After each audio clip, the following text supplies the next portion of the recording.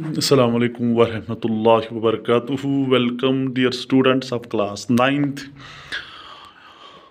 We are dealing with the chapter Fundamental Rights.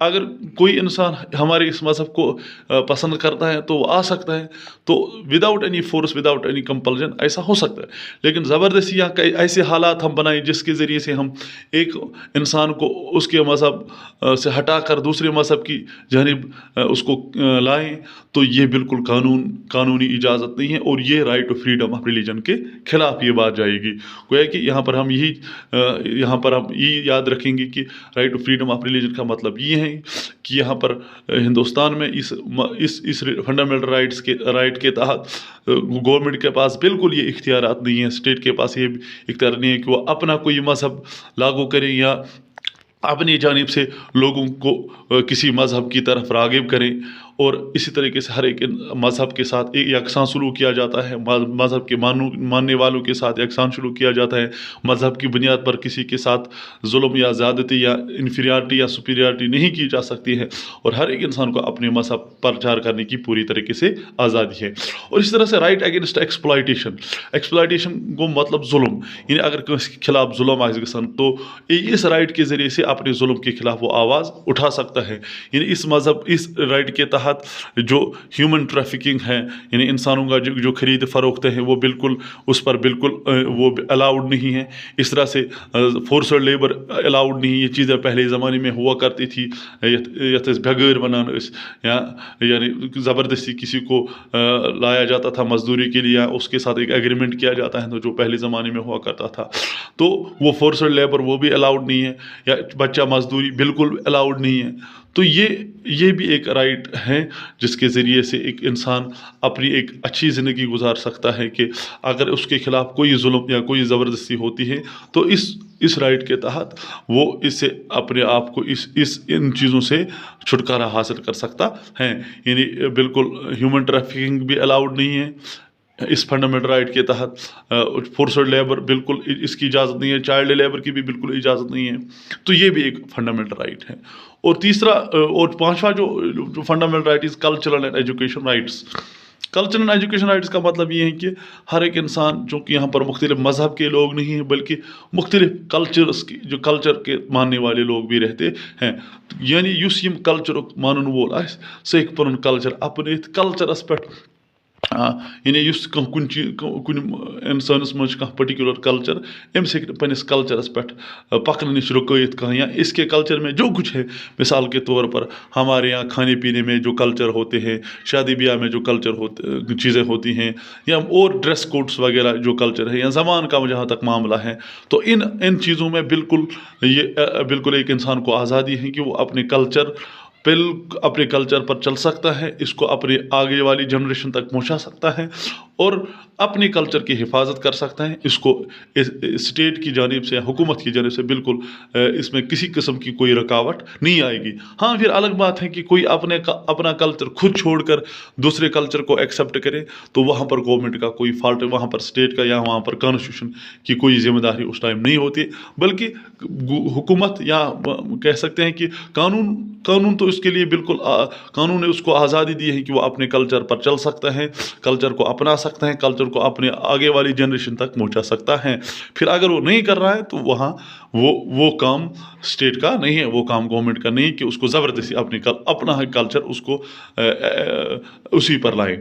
تو اس طریقے سے ایجوکیشن رائٹس میں یہ ہے کہ یہاں پر ہر ایک انسان کو، جس طرح ہم دیکھ رہے ہیں کہ اب تعلیم حاصل کرنے کا، جس طرح فری اینڈ کمپلسری ایجوکیشن، جس طرح 1 to 8 تک جہاں پر ہم دیکھ رہے ہیں، جہاں پر فری کتابیں، وردی اور ٹیوشن، یہ سب کچھ فری ملتا ہے. تو یہ اسی رائٹس کے تحت ملتا ہے کہ یہاں پر ہمارے یہاں ہندوستان میں ہر ایک انسان کو تعلیم حاصل کرنے کا حق ہے. بلکہ حق ہی نہیں ہے بلکہ لازمی اور ضروری ہے کہ وہ کم سے کم اپنے بچے کو 8ویں جماعت تک وہ تعلیم دلائیں.